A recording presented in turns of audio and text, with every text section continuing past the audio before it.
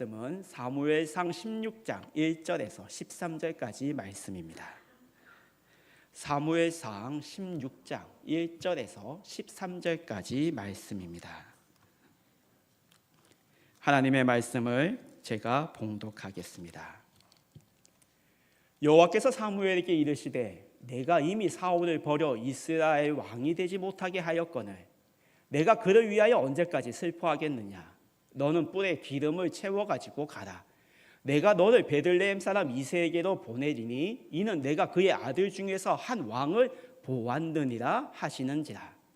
사무엘이 이르되 내가 어찌 갈 수 있으리이까. 사울이 들으면 나를 죽이리이다 하니 여호와께서 이르시되 너는 암송아지를 끌고 가서 말하기를 내가 여호와께 제사를 드리러 왔다 하고 이새를 제사에 청하라. 내가 내게 행할 일을 가르치리니 내가 내게 알게 하는 자에게 나를 위하여 기름을 부을지니라. 사무엘이 여호와의 말씀대로 행하여 베들레헴의 이름에 성읍 장로들이 떨며 그를 영접하여 이르되 평강을 위하여 오시나이까. 이르되 평강을 위함이니라. 내가 여호와께 제사하려 왔으니 스스로 성결하게 하고 와서 나와 함께 제사하자 하고 이새와 그의 아들들을 성결하게 하고 제사에 청하니라.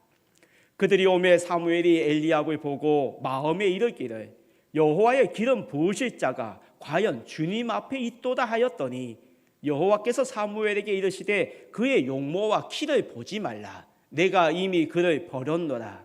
내가 보는 것은 사람과 같지 아니하니 사람은 외모를 보거니와 나 여호와는 중심을 보느니라 하시더라.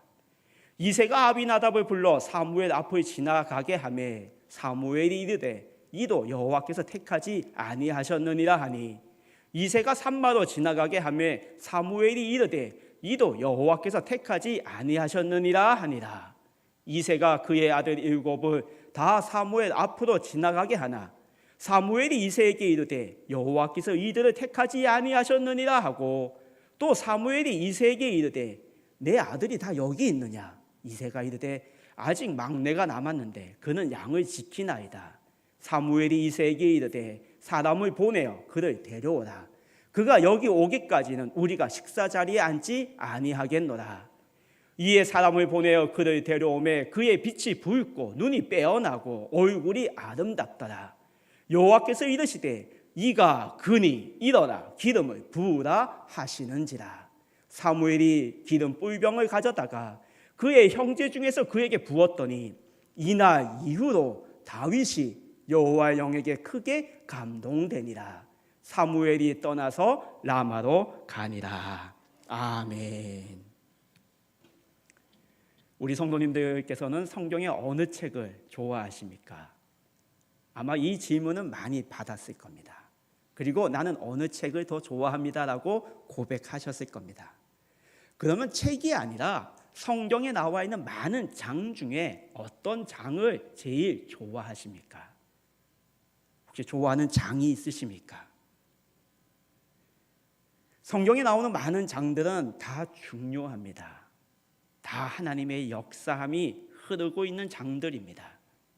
그런데 유독 어느 장은 하나님이 더 강렬하게, 더 강하게 임재하셔서 그 하나님의 계획하심으로 이끄시는 장이 있습니다.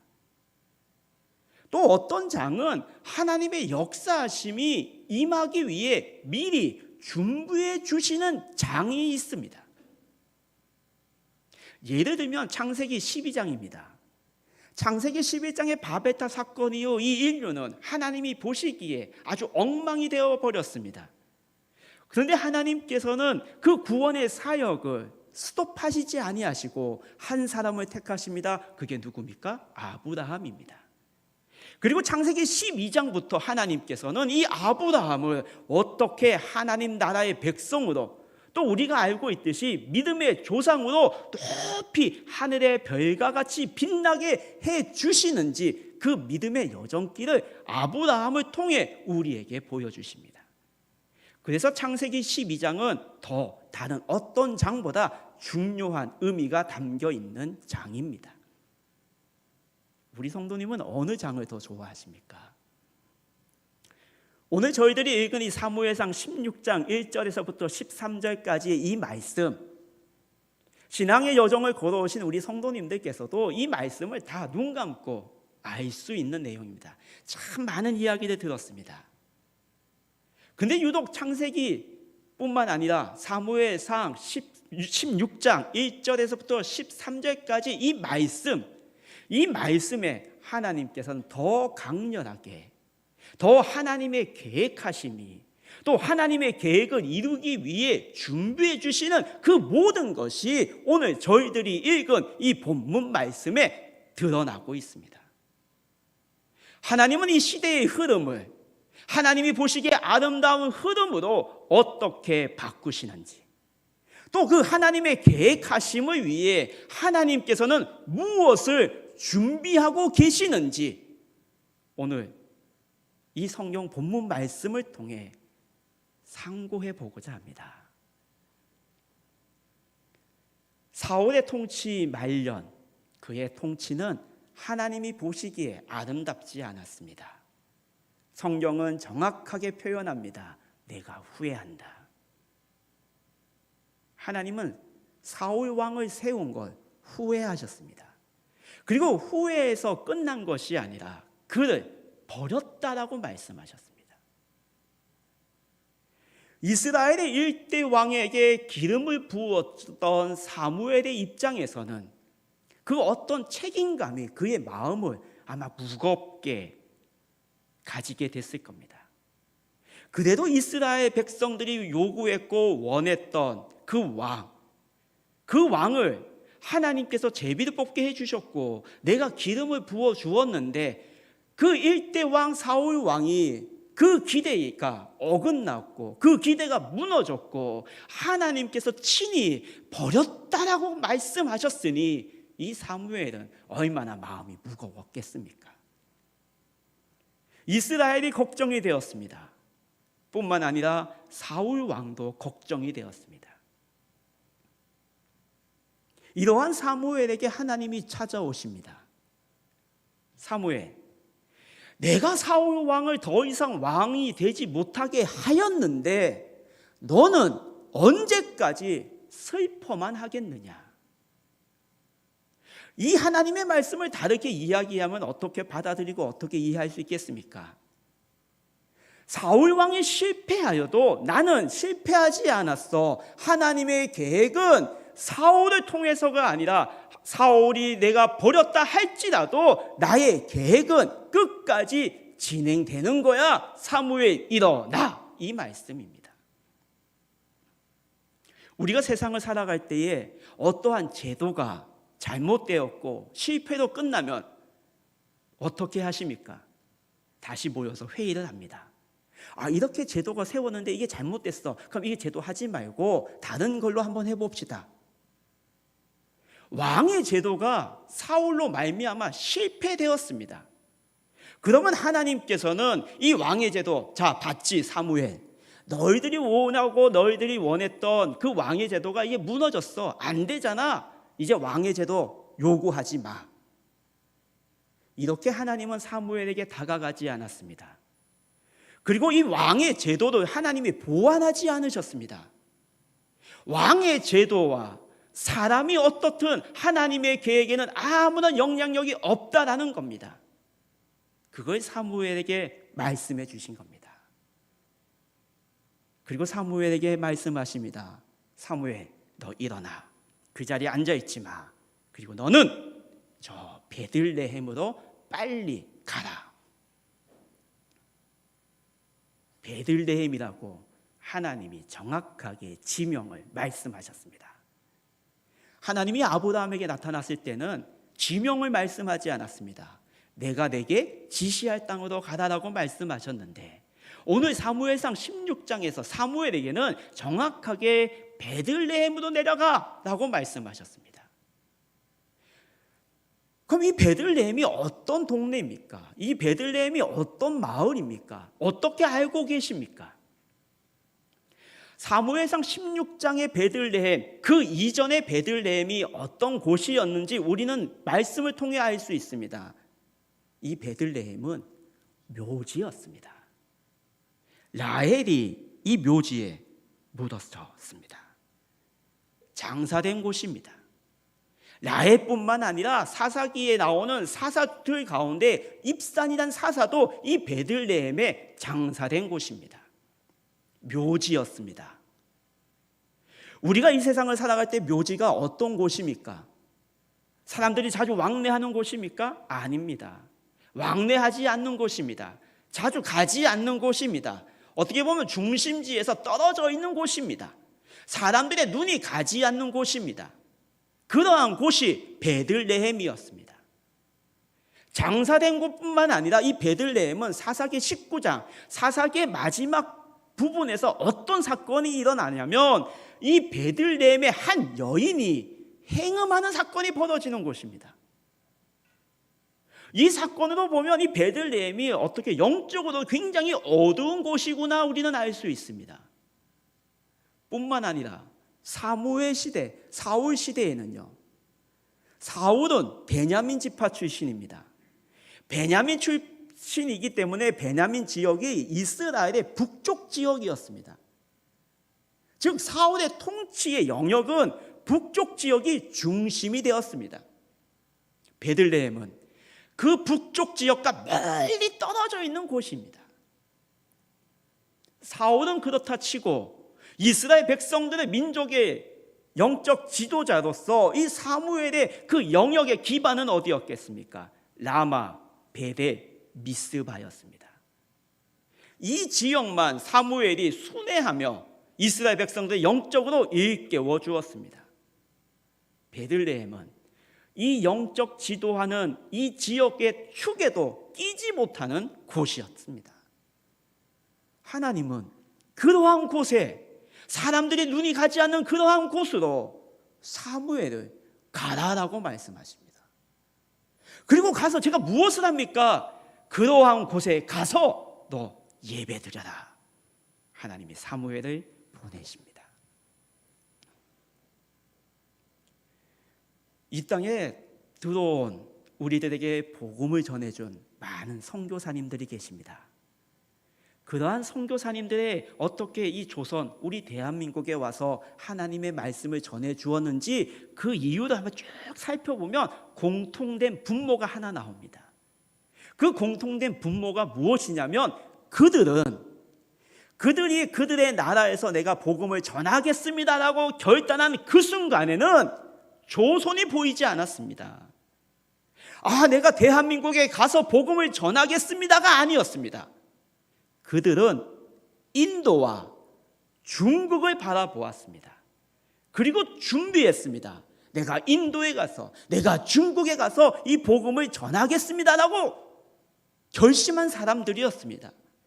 그런데 그들이 인도와 중국을 거쳐 어디로 그의 발들이 도착했습니까?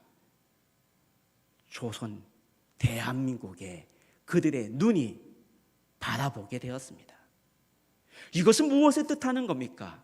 무엇을 우리에게 말씀해 주고 계시는 겁니까?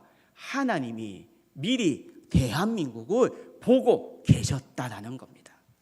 사람들 눈에는 보이지 않는 곳이었지만 선교사로 다짐하고 복음을 전하겠습니다라고 다짐했던 선교사들이었지만 그들은 중국과 인도만 바라보았지 대한민국은 보지 못했습니다. 그런데 하나님께서는 그 선교사님들의 그 눈을 뛰어넘어 대한민국을 바라보았습니다. 그리고 그 선교사들을 이 조선 땅에, 이 대한민국의 땅에 발을 내딛게 인도해 주셨습니다. 그리고 그들이 무엇을 하였습니까? 그들의 발걸음이 닿는 곳들, 그곳에서 그들은 복음을 전하기 전에 하나님께 예배를 드렸습니다. 하나님의 계획하심과 하나님의 방법은 사람들 눈에 보이지 않는 곳, 사람들이 생각하지 못하는 곳, 그곳을 하나님은 보고 계십니다. 그리고 그곳에 하나님은 하나님의 자녀들을 보내주시고 그곳에서 세상 사람들이 바라보지 못하는 곳이라 할지라도 그곳에서 예배드리는 예배자들이 있는 걸 하나님이 원하고 계시고 우리들을 예배자로 세워주셨습니다. 성도님들과 이야기 나누다 보면 이런 이야기를 하시는 분들이 계십니다. 나는 광주에 어떻게 왔는지 모르겠습니다. 나는 처음부터 광주에 살기 위해서 광주 가서 살아야지 이런 마음이 없었는데 살다 보니 이 광주에 와서 살게 되었습니다. 광주뿐만이 아닙니다. 오늘 예배드리는 우리 광주 동산교회 성도님들의 삶의 자리도 마찬가지 아닙니까? 그곳에서 내가 10년 전부터 20년 전부터 태어나서부터 나는 거기서 살겠습니다라고 결심한 성도님들은 안 계십니다. 살다 보니 이 믿음의 여정길을 쭉 굴곡 따라 걸어와 보니 오늘 우리는 우리의 삶의 자리에서 살아가고 있습니다. 이 고백을 우리는 신앙의 눈으로 바라보면 어떻게 고백할 수 있습니까? 하나님이 나를 이곳으로 인도해 주셨습니다. 그리고 거기서 끝난 것이 아닙니다. 하나님은 우리를 다시 어디로 불러 모아 주셨습니까? 광주 동산교회로 불러주셨고 이곳에서 하나님께 예배드리는 예배자로 세워주신 줄 믿습니다. 하나님은 오늘도 우리들을 가라라고 말씀하십니다. 어디를 가십니까? 어느 곳으로 가십니까? 우리의 발이 닿는 곳이 어디십니까? 가정이 될 수 있고요, 동네가 될 수 있고요, 회사가 될 수 있고 학교가 될 수 있고 우리의 사업, 거래처들이 될 수 있습니다. 분명히 하나님은 가라라고 말씀을 하셨습니다. 그리고 우리의 두 다리는 그곳으로 매일매일 삶의 여정 속에 다니고 있습니다. 그리고 만나는 많은 사람들은 내가 만나기 위해서 만나는 것이 아니라 하나님이 만나게 해 주셨습니다. 그리고 우리는 그곳에서 하나님께 예배를 드렸습니다. 어떠한 사람을 만나기 전에 마음속으로 기도했습니다. 하나님, 누구를 만나는데 좀 이야기가 잘 되게 해 주십시오. 하나님, 오늘 시험을 보는데 그동안 배웠던 공부 내용들 까먹지 않고 잘 실수하지 않고 풀어가게 해 주십시오. 하나님, 오늘 하루의 일과가 시작이 되는데 참 여러 가지 일들이 있습니다. 그 일들이 잘 진행될 수 있도록 하나님 도와주십시오. 우리는 예배를 드렸습니다. 하나님의 계획은 하나님이 바라보시는 것, 우리의 사람들이 바라보지 못하는 것, 이 광주 지역도 불과 몇십 년 전에는 사람들 눈에 들어오지 않았던 도시였습니다. 그 도시에 하나님께서는 한 사람, 두 사람을 보내주셨고 광주 동산교회에서 예배드리게 해주셨고 그 예배자들이 점점 많아지니 이 광주 지역이 이제 사람들 눈에 들어오는 그 시간이 된 줄 믿습니다. 하나님은 우리 광주 동산교회 모든 성도님들을 지금도 보내고 계실 줄 믿습니다. 그 하나님이 보내시는 그곳에서 하나님께 예배하며 하나님을 경배하는 우리 광주 동산교회 모든 성도님들이 다 같이 됩시다. 베들레헴의 이새의 집에 도착했습니다. 그리고 제사장들에게 얘기합니다. 정결케 하십시오. 예배 드리겠습니다. 그리고 이새와 그의 아들들을 다 불러 모아놓고 정결케 하십시오. 이제 예배 드리겠습니다. 사무엘이 이야기했습니다. 그리고 사무엘 앞에 이새의 첫 아들 엘리압이 지나갑니다. 이 사람이구나. 사무엘은 마음이 뜨거워졌습니다. 역시 하나님은 이 엘리압을 세우시기 위해 나를 이곳으로 보내주셨구나. 역시. 성경은 분명히 표현합니다. 사무엘이 마음에 이르기를 하나님께 기름 부으실 자가 내 앞이 아니라 주님 앞에 있습니다. 사무엘은 엘리압을 보았습니다. 무엇을 보았습니까? 용모와 키를 보았습니다. 딱 왕이 될 쌍이었습니다. 딱 왕이 될 키였습니다. 딱 왕이 될 풍채를 가지고 있었습니다. 역시 하나님 감사합니다. 하나님이 뭐라고 이야기하십니까? 스톱. 아니야. 사무엘, 용모와 키 보지 마. 보지 마. 사무엘은 덜컥했습니다. 사무엘의 이 생각이 잘못된 생각이었을까요? 아닙니다. 사무엘은 자신의 경험 속에서 바라보았습니다. 어떤 경험이요? 사울 왕에게 기름 부었던 그 신앙의 경험, 간증이 있었습니다. 이스라엘 백성들이 사울 왕을 선택할 때 어떻게 선택했습니까? 우리와 같이 싸움에 나가서 이길 수 있는 왕, 다른 나라들처럼 앞장서서 전쟁에 나와 승리할 수 있는 왕, 능력의 왕, 그냥 호리호리한 사람이 아니라 풍채가 있고 왕 같은 사람을 좀 세워주십시오라고 했습니다. 그리고 사무엘은 그러한 사람 사울을 제비 뽑아 선택이 되었고 기름을 부어 주었습니다. 그럼 사무엘의 마음에 무엇이 간직하고 있습니까? 이스라엘의 왕이 되려면 용모와 키와 늠름함이 있어야 되라는 것이 그의 삶의 경험에서 얻게 된 사실이었습니다. 그 사실에 빗대어서 엘리압을 보니 딱이지 않았겠습니까? 그런데 하나님이 아니다라는 겁니다. 사람의 선택 아니다. 그건 너희들의 선택이다. 사무엘은 어떻게 보면 한 방 맞았습니다. 민족의 지도자였고 영적 지도자였고 사무엘상 3장 때부터 어릴 적에 하나님의 성전에서 하나님의 음성을 들으며 성장했던 사무엘이었습니다. 미스바 대광장에서 이스라엘 백성들 회개 운동을 시킨 사무엘이었습니다. 그런데 무엇이 부족한 거였습니까? 이러한 사무엘도 하나님에 대한 인식과 하나님이 어떤 분이신지를 몰랐던 겁니다. 나는 다 알고 있어. 하나님은 이러한 사람이셔라는 그 자기 자신의 그 틀 속에 하나님을 가다 놓았던 것입니다. 그걸 하나님이 사무엘에게 깨부셨습니다. 아니야. 너 맞아. 예전에는 용모와 키로 선택을 했어. 근데 지금은 아니다였습니다. 왜요?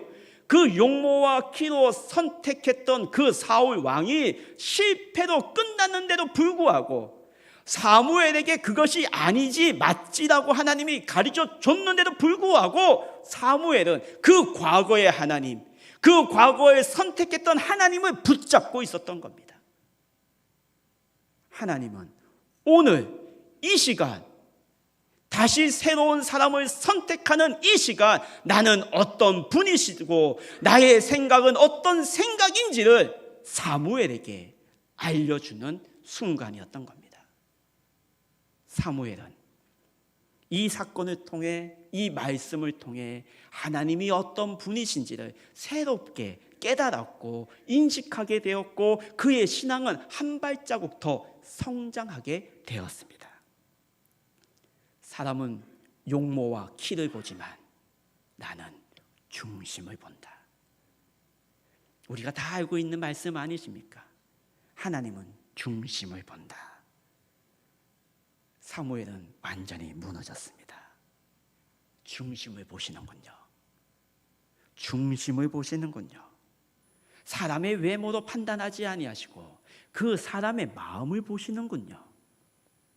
사무엘상 16장 1절에서부터 13절까지 이 말씀 이후 하나님의 말씀은 요한계시록까지 끊임없이 하나님의 말씀이 선포됩니다. 그리고 그 선포되어지는 그 말씀 가운데 핵심되는 말씀이 어떤 말씀이냐면 바로 마음에 대한 말씀이십니다. 하나님은 끊임없이 이스라엘 백성들에게 너희의 마음은 어떠하니? 너희의 마음은 어떻게 나를 바라보고 있느냐라는 것을 끊임없이 선지자들을 통해 말씀하고 계십니다. 하나님뿐만 아닙니다. 이 땅에 오신 예수 그리스도께서도 끊임없이 우리들에게 마음의 중요성을 말씀해 주셨습니다. 사람이 입에서 나오는 그 더러운 온갖 더러운 죄악들 그 마음에서 나오는 거야. 유대인들 뿐만 아니라 율법학자, 바리새인, 서기관, 하나님이 예수님이 그렇게 질책했습니다. 왜요? 마음에 이르기를. 그들은 마음에 이르기를 하나님을 바라보지 못했습니다. 그걸 지적했습니다. 그걸 나무랬습니다. 마음의 할례가 중요하다라는 것을 끊임없이 말씀해 주셨습니다. 과부의 2렙돈 아실 겁니다. 과부가 2렙돈을 드렸습니다. 근데 예수님이 그 과부를 칭찬해 주셨습니다. 생활비 전부를 드렸다? 아닙니다. 그 2렙돈을 드렸기 때문에 칭찬해 준 것이 아닙니다. 우리가 하나님 앞에 얼마나 드렸습니다. 그걸로 칭찬받지 못합니다. 하나님이 이 두 과부를 보시고 무엇이라고 말씀하셨냐면 이 과부가 가지고 있는 모든 것을 드렸다라고 기록합니다.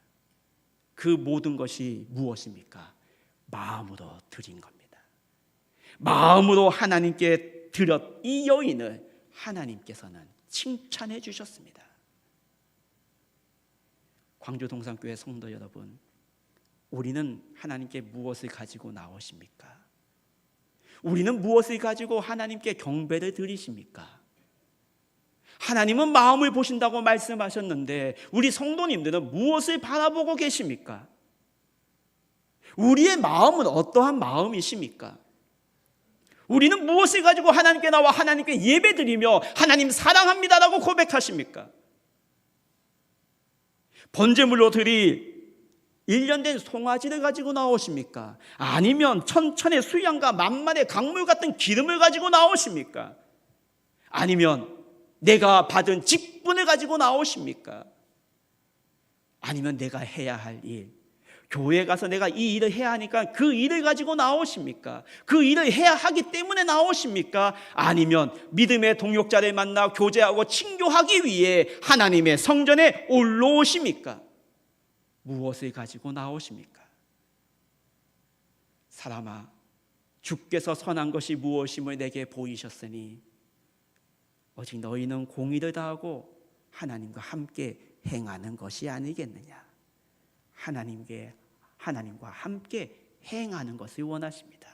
그 행함이 뭐냐? 함께 하는 것이 무엇이냐? 바로 마음이 같이 하는 겁니다. 다윗의 삶을 보십시오. 다윗의 시작이, 사무엘상 16장의 시작이 하나님은 분명히 중심을 보신다라고 말씀하셨습니다. 그리고 다윗의 말년에 다윗에 대한 평가가 어떤 평가를 하나님이 하고 계십니까? 사도행전 말씀입니다. 이 사람은 나의 마음과 합한 사람이다 였습니다. 마음이 합해진 사람이었습니다. 그 어떤 성경에도 다윗과 같이 내 마음과 합한 사람이다라고 하나님이 말씀한 사람이 없습니다. 다윗은 하나님과 마음이 합한 사람이었습니다. 그의 마음이 좋아서가 아닙니다. 다윗의 여정길을 우리는 알지 않습니까? 처음부터 다윗이 하나님과 마음이 맞아져서 코드가 맞아서 선택된 것이 아닙니다. 중심을 보신 하나님이 다윗을 선택했지만 그의 믿음의 여정길을 보십시오. 높은 산 깊은 바다 헤엄쳐 다녔습니다. 높은 산도 올라다녔습니다. 그리고 다윗은 하나님을 배반하지 아니하고 입으로 고백하며 하나님과 끊임없이 동행하였습니다. 그 믿음의 여정길의 결과가 내 마음에 합한 사람. 우리 광주 동산교회 성도 여러분, 우리의 믿음의 여정길은 어떠하십니까? 오늘 이 시간 하나님 앞에 나올 때에도 마음에 무거운 짐을 가지고 나오신 성도님이 계십니다. 근심과 걱정이 있어서 이 근심과 걱정을 어떻게 해결할까 원망의 마음으로 하나님 앞에 나온 성도님들이 계십니다. 우리의 믿음의 여정길을 돌이켜보면 그렇게 순탄하게 걸어오지 않았습니다. 높은 산도 걸어가 봤고 깊은 바다도 헤엄쳐 봤고 정말 이 세상에 나를 도와줄 사람이 누군가, 이 세상의 삶의 의미가 없다 자포자기할 때도 있었습니다. 그렇지만 하나님께서는 우리를 놓아주지 않았습니다. 멀리 하나님의 품을 떠나고 싶었지만 하나님은 다시 우리를 이 예배의 자리로 데리고 와 주셨습니다. 삶의 여정길 속에서 뜻하지 않은 질병도 발견되었습니다. 청청병력 같은 의사 선생님의 진단소리를 들었을 때 완전히 마음이 무너졌습니다. 어떻게 살아가야 될지 앞이 보이지 않을 때도 있었습니다. 그럼에도 불구하고 하나님께서는 우리들을 이 예배의 자리로 인도해 주셨습니다. 왜요? 그 여정길을 왜요? 왜 우리에게 주셨습니까? 그건 딱 한 가지입니다. 나의 마음이 하나님 마음과 같게 하기 위함입니다.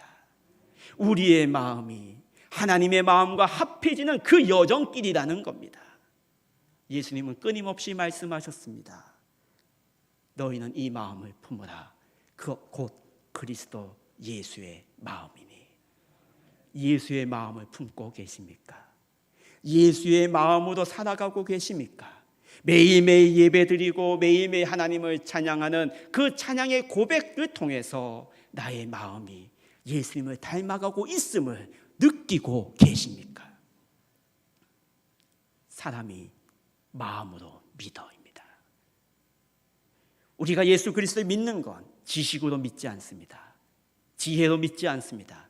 지혜와 지식으로 믿으면 세상의 지식으로 이 성경 말씀을 읽으면 이건 말 같지도 않은 허구의 이야기에 불과합니다. 근데 우리는 나를 구원해 주신 그 예수 그리스도를 어떻게 믿으셨습니까? 마음으로 믿으셨습니다. 사람이 마음으로 믿어 의에 이르고 입으로 시인하여 구원에 이르느니라. 우리는 마음으로 예수 그리스도를 믿었습니다. 주셨습니다. 성령님이 역사해 주셨습니다. 그 믿음으로 말미암아 우리는 우리의 입으로 고백하고 있습니다. 그리고 구원에 이르렀습니다. 광주동산교회의 성도 여러분, 우리는 무엇을 가지고 하나님 앞에 나올 수 있습니까? 천천의 수양, 만만의 기름이 아니라 예수님을 닮아가는 예수님의 마음을 품는 마음으로 하나님 앞에 나올 수 있습니다. 광주동산교회 성도 여러분, 우리가 드리는 이 예배를 통해 우리에게 들려주신 이 하나님의 말씀을 통해 우리의 마음이 그리스도의 마음을 품는 우리 성도님들이 다 같이 됩시다. 우리의 마음을 하나님께 드려서 하나님의 마음에 맞는 광주동산교회 성도들이 다 같이 될 줄 믿습니다. 이새는 엘리압 다음으로 아비나답과 삼마를 지나가게 했습니다. 근데 하나님이 응답하지 않았습니다. 아니다, 아니다, 아니다. 7명의 아들이 사무엘 앞에 다 지나갔습니다. 하나님 누굽니까? 이새의 아들이 다 지나갔는데 하나님 선택 안 하시면 어떡합니까? 사무엘이 이새에게 묻습니까? 이새에 묻습니다. 아들이 다입니까? 더 없습니까? 그때서야 이새가 얘기합니다. 한 사람이 있습니다. 그는 막내인데요. 그는 지금 양을 지키기 위해 멀리 나가 있습니다. 사무엘은 그 얘기를 듣고 빨리 그 막내를 데리고 오라고 사람을 보냅니다. 막내, 어떤 느낌이 들으십니까? 그냥 형제들 가운데 막내구나 이렇게 느끼는 성도님들이 계십니다. 근데 이 이새가 얘기한 이 막내는 그냥 서열 중에 막내보다 하찮은 존재라는 뜻입니다. 별 의미 없는 사람, 그냥 있어도 그만 없어도 그만, 그러한 사람. 그렇게 아빠가 막내를 바라보고 있었습니다. 그렇기 때문에 이 예배의 자리도 그 막내를 초대하지 않았습니다. 넌 안 와도 될 것 같아. 그냥 양 지키고 있어. 보냈습니다. 그런데 하나님께서는 이 막내를 데리고 오라라고 합니다. 예배의 자리로 데리고 나오라라고 사람을 보냅니다. 그리고 그 사람이 가서 막내를, 양을 지키는 그 막내를 데리고 왔습니다. 사무엘이 그 막내를 보았습니다. 눈이 번쩍번쩍, 눈이 살아있습니다. 얼굴이 환해서 너무 잘생겨 보이는 겁니다. 사무엘이 그 막내의 마음을 보고 마음의 눈으로 그 막내를 바라보고 있었던 겁니다. 이가 크니 기름을 부어라. 하나님이 사무엘에게 말씀하셨습니다. 내가 내게 알려줄 그 사람에게 기름을 부으라라고 베들레헴에 오기 전에 말씀해 주셨던 그 말씀이 이제 그 막내 앞에서 이가 크니 기름을 부으라 말씀하셨습니다. 사무엘은 그 막내에게 기름을 부어 주었습니다. 그리고 성경은 어떻게 표현하고 있고 어떻게 말씀하고 계십니까? 이날 이후로 다윗이 여호와의 영에게 크게 감동되었더라. 13절 말씀입니다. 이날 이후로. 이 말씀을 읽을 때 우리 성도님은 어디에 눈이 더 가십니까? 성령의 기름을 부음을 받아서 하나님의 영에 감동되었구나. 아마 이렇게 연결이 많이 되실 겁니다. 그런데 중요한 것이 있습니다. 뭘까요? 가운데에 있는 다윗입니다. 어떤 차이가 있습니까? 막내에서 다윗이 되었습니다. 성령의 기름 부음 받은 이후 하나님께서는 그를 막내라 부르지 아니하시고 다윗이라고 부르셨습니다. 성령의 기름을 받은 이후에 하찮았던 막내가, 보잘것없던 막내가 예배의 자리에 초대받지 못할 정도로 아무 의미가 없던 이 막내가 하나님의 기름 부음 받은 이후 다윗, 하나님이 그의 이름을 불러주셨습니다. 하나님께서 이 다윗을 이제 하나님이 계획해 주셨던 그 하나님의 길로 초대해 주셨습니다. 다윗은 룻기 마지막 장에 등장합니다. 족보에 나옵니다. 그러나 다윗의 삶은, 하나님의 무대의 시작은 바로 사무엘상 16장 이날 이후로 다윗이 하나님의 영에 감동되어 하나님 나라의 삶을 살아가기 시작하였습니다. 이름을 부른다는 건 존중한다는 뜻입니다. 이름을 부른다는 건 내가 너를 선택했다라는 의미입니다.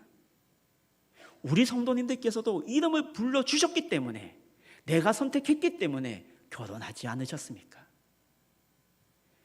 내가 그의 이름을 불러주기 전에는 그는 다만 하나의 몸짓에 지나지 않았다. 내가 그의 이름을 불러주었을 때는 그는 나에게 다가와 꽃이 되었다. 김춘수 시인의 시의 한 부분입니다. 이름을 불러주기 전에는 무시당하고 하찮은 존재였고 예배의 자리에조차 나올 수 없었던 존재였던 막내였지만, 기름 부음을 받은 후 다윗은 하나님께서 화려하게 준비해 놓으신 그 하나님 나라의 삶의 여정길에 그의 몸을 실었고 하나님이 보시기에 아름다운 화려한 꽃이 되었습니다. 하나님께서는 다윗에게 의미 있는 삶을 불러주었습니다. 하나님께서는 다윗의 이름을 부름과 동시에 그에게 화려한 삶, 이제 하나님 나라의 삶을 살아가는 그 시작전에 서게 해주셨습니다. 하나님이 다윗의 이름을 불러주신 그 순간 하나님은 다윗에게 새로운 사명을 주셨습니다. 막내의 삶을 살았던 다윗이었지만 하나님은 보고 계셨습니다. 사무엘상 16장 1절 말씀, 하나님이 사무엘에게 얘기합니다. 이미 내가 그의 아들 중에서 한 왕을 보았느니라. 다윗에게 기름 부기 이전부터 하나님은 그 막내의 취급을 받던 다윗을 보고 계셨습니다. 그의 마음이 어떠한 마음이었던지, 그의 마음이 어떠한 마음으로 양을 돌보고 있었는지, 그 모든 것을 하나님은 보고 계셨고, 하나님의 때에 그 막내를 하나님의 그 예배의 자리에 세워주셨습니다. 우리 광주 동산교회 성도 여러분, 우리의 삶도 이러한 삶 아니었습니까? 우리도 세상에 나가면 보잘것없는 사람이었습니다. 세상의 사람들로부터 인정받았던 사람들이 아닙니다. 세상 사람들로부터 어떻게 보면 하찮게 여김을 받았고, 그러한 삶의 여정길을 살아온 우리들이었습니다. 그런데 하나님께서는 나의 이름을 불러주셨습니다. 하나님께서는 나의 이름을 알고 계셨습니다. 그래서 하나님께서 나의 이름을 불러주셨고, 성령의 기름 부음 받은 후에 이 예배의 자리로 우리를 불러주신 줄 믿습니다.